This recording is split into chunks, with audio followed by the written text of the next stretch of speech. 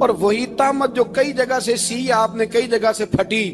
اور حضرت عمر ایک دن عید کی نماز پڑھانے گئے تھے تو ننگے پیر ہی چلے گئے. لوگوں نے کہا جوتا، فرمایا ٹوٹ گیا تھا یار، پہننے کے قابل نہیں تھا. فرمایا ننگے پیر آ گئے ہو، لوگ کیا کہیں گے؟ فرمایا چھوڑو، عمر کے پاؤں ننگے ہیں لیکن عمر کے کردار میں تو کوئی شک نہیں نا، پیر ہی ننگے ہیں نا، کیا ہوا؟ چھوڑو اس بات کو، کوئی پیار نہیں دنیا داری سے، دولت سے، کوئی چکر ہی نہیں. حضرت سیدنا عمر فاروق رضی اللہ تعالیٰ عنہ کو صحابہ نے کٹھے ہو کے کہا، یہ ہے امت کے بیدار ہونے کے طریقے جو عرض کر رہا ہوں. کہا جناب آپ اب بڑا مال غنیمت ہے اور جس طرح ہر صحابی کا حصہ ہے آپ کا بھی حصہ ہے، تو ایک نیا کرتا ہی ڈال لیں آپ خرید کے. اب جب مشورہ ہو گیا صحابہ میں تو کہنے لگے عمر سے بات کون کرے گا؟ نیا کرتا پہننے کی عمر سے بات کس کو برا لگتا ہے جی؟ نیا کرتا کون بات کرے گا؟ حضرت سیدنا علی المرتضیٰ کا انتخاب ہوا. کہنے لگے مولا علی کی بڑی عزت کرتے ہیں، ان سے بڑا پیار کرتے ہیں، ان سے بات کرتے ہیں. تو حضرت علی کو بلایا گیا، عرض کی حضور مہربانی فرمائیں حضرت عمر سے کہے نئے کرتے کے لیے. آپ فرمانے لگے عمر میری بڑی قدر کرتا ہے، بڑی بات سنتا ہے، پر یہ والا کام نہیں میں عمر سے کہہ سکتا، یہ کسی اور سے کہو.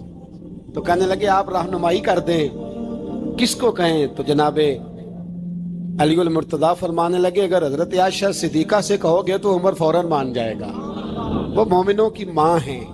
صحابہ حضرت عائشہ کے پاس، اماں جی عمر کو بلائیں، ان کو کہیں بڑے بڑے سفیر آئے ہوتے ہیں، وہی پرانے کپڑے پہن کے بیٹھ جاتے ہیں. اللہ اکبر. حضرت عائشہ نے پیغام بھیجا، فرمایا عمر کو بلاؤ. عمر فاروق دوڑے ہوئے آئے، پردے کے پیچھے حضرت عائشہ کے پاس گھٹنوں کے بل، اماں جی دیر تو نہیں کر آیا میں آنے میں؟ حکم ہو، حضور کے گھر سے پیغام آیا، بڑے بڑے سفیروں کو چھوڑ کے بھاگے. حضرت عائشہ صدیقہ کہنے لگی عمر دیکھو جائز پیسے ہوں تو اسلام اچھے لباس سے منع نہیں کرتا، اب بڑا بڑا مال آیا ہے، اب تیرا بھی حصہ ہے، تو صحابہ کرام کی خواہش ہے کہ نیا کرتا پہن لو، بڑے بڑے سفیر آتے ہیں، حرج بھی کوئی نہیں، جائز بھی ہے، کوئی منع نہیں. حضرت عمر نے گردن جھکا، جی اماں جی، جی اماں جی، جی اماں جی. حضرت عائشہ کہتی ہیں بات ختم ہوئی، عمر نے گردن اٹھائی تو عمر کی داڑھی آنسوؤں سے بھری ہوئی. کہتی ہے مجھے کہنے لگے اماں جی میں تو صرف مسجد میں دیکھا کرتا تھا، آپ تو مصطفیٰ کو دن رات دیکھتی تھی، جس طرح کے کرتے آمنہ کے لال نے پہنے ہیں مجھے بھی پہنا دو، میں تیار ہوں، میں پہن لوں گا، میں تیار ہوں، پر جس طرح کے میرے نبی نے پہنے. حضرت عائشہ کہتی ہے میں پھوٹ کے روئی، میرا پلو آنسوؤں سے بھر گیا. فرماتی ہیں میں عمر کی بات سنتی گئی تو میرا پلو آنسوؤں سے، میں نے کہا عمر تو جا، تو ٹھیک ہے. فرماتی ہے عمر فاروق سلام کر کے اٹھے، امیر المومنین چلے گئے.